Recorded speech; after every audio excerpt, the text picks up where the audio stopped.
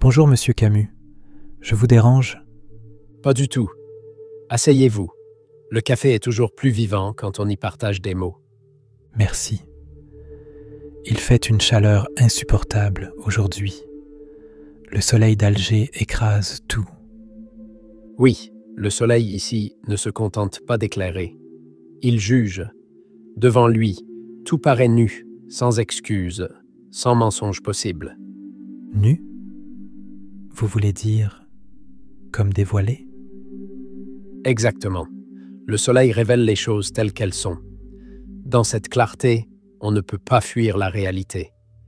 C'est cela, pour moi, l'expérience de l'absurde. Ce contraste entre notre soif d'explication et ce monde qui reste muet. Donc, l'absurde n'est pas seulement une idée philosophique, c'est une expérience vécue? Absolument. Ici, en Algérie, je l'ai senti dès l'enfance. Le soleil, la mer, les collines, tout est trop beau, trop vaste. Et pourtant, au milieu de cette beauté, il y a le silence du monde. Nous posons des questions, mais il n'y a pas de réponse. Cela doit être angoissant. Oui et non. L'angoisse vient quand on exige une réponse. Mais si l'on accepte le silence, on découvre une autre forme de liberté. La liberté de vivre sans illusion? Exactement. Vivre sans appel, comme je l'ai écrit un jour. C'est-à-dire vivre sans attendre qu'une vérité ultime vienne justifier notre existence. Mais en marchant dans ces rues, on voit d'autres silences, ceux de l'injustice. Vous avez raison. Ici, l'injustice est visible à chaque coin de rue. Certains vivent dans le confort, d'autres dans la misère. Et souvent, personne n'en parle. Le mutisme d'un homme affamé n'est pas le même que le silence du monde. L'un crie malgré tout, l'autre ne répond jamais. Est-ce pour cela que vous écrivez dans le journal? Oui, écrire, c'est refuser de se taire. Même si nos articles ne changent pas le monde, ils témoignent. Ils rappellent que l'injustice existe et qu'elle ne peut être ignorée.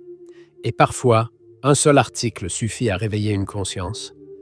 Mais n'est-ce pas dangereux? Bien sûr. Dire la vérité l'est toujours. Mais c'est encore plus dangereux de se taire, car le silence finit par devenir complice. Alors pour vous, le rôle d'un écrivain est d'être un témoin? Oui, un témoin lucide. Pas un juge absolu, pas un prophète. Un simple témoin qui regarde, qui décrit et qui refuse d'oublier. Vous parlez souvent de vérité, mais aussi d'absurde. Comment concilier les deux? La vérité que je cherche n'est pas une explication ultime. C'est une fidélité aux faits, aux expériences vécues. L'absurde nous dit que le monde n'a pas de sens caché. Mais justement, c'est à nous de témoigner de ce que nous voyons, sans trahir. Donc, il n'y a pas de solution? Non, pas de solution définitive. Mais il y a une attitude, la lucidité, le refus du mensonge et le courage de vivre malgré tout. J'aimerais vous poser une question plus personnelle. Vous êtes français, mais aussi algérien. Où est votre véritable place? C'est une question douloureuse. Je suis né ici, sur cette terre, mais je sais aussi que je n'appartiens pas pleinement à ce pays. Entre deux rives, voilà où je me trouve. Cela doit être difficile. Oui, mais je crois qu'on appartient vraiment à un lieu seulement quand on accepte de ne jamais y appartenir totalement. L'identité est toujours partagée, jamais pure. Donc, l'appartenance est une illusion? Pas une illusion, plutôt une tension. On veut être enraciné, mais on reste toujours un peu étranger. C'est douloureux, mais c'est aussi une forme de liberté. Une liberté? Oui, quand on accepte de ne pas être totalement d'ici, ni totalement d'ailleurs, on devient capable de comprendre plusieurs mondes, de voir plusieurs vérités. Mais que dire aux hommes qui veulent une identité claire, une appartenance forte? Je leur dirai que toute identité absolue finit par exclure, parfois par tuer. Mieux vaut une identité ouverte, incomplète, imparfaite. C'est moins rassurant, mais plus humain. Cela rejoint votre idée de mesure, non? Ni excès, ni fanatisme. Exactement. La mesure, c'est refuser l'extrême, refuser l'ivresse de la certitude. Et dans un pays comme celui-ci, où la beauté côtoie la misère, la tentation du fanatisme est partout. Et pourtant, ici, on voit la certitude des colons, la certitude des uns contre la misère des autres. Comment rester mesuré dans un monde si injuste? C'est la plus grande difficulté. On ne peut pas se contenter de belles idées quand des hommes souffrent. Mais la révolte doit rester humaine. Une révolte qui nie l'humanité de l'autre devient une nouvelle oppression. Donc, il faut se révolter, mais sans haine. Oui, la révolte véritable ne détruit pas, elle appelle à la dignité. Elle dit « jusqu'ici et pas plus loin ». Elle défend la vie, même quand elle dénonce la mort. Vous parlez de révolte, mais certains disent que seule la violence change le monde. La violence peut renverser un pouvoir, mais elle ne crée pas une justice durable.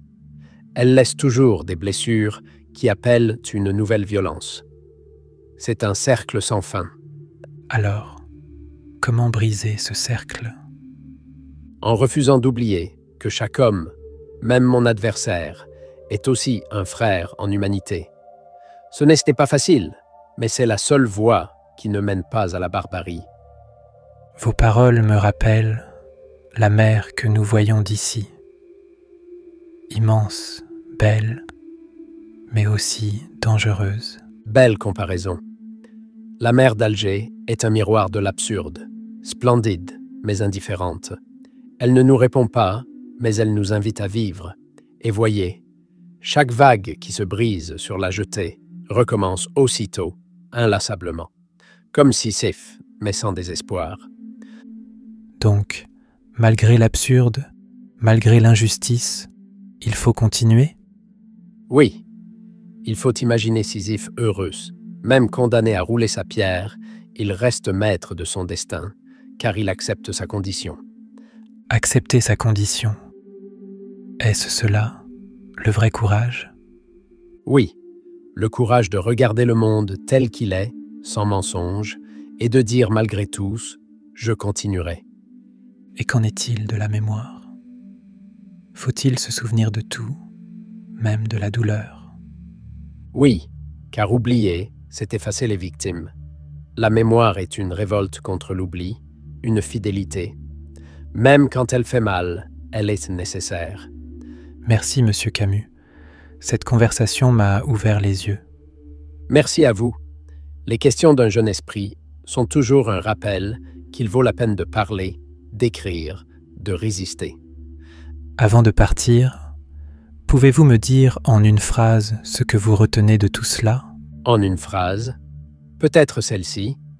Sous le soleil d'Alger, le monde reste muet, mais nous avons la responsabilité de répondre par nos vies.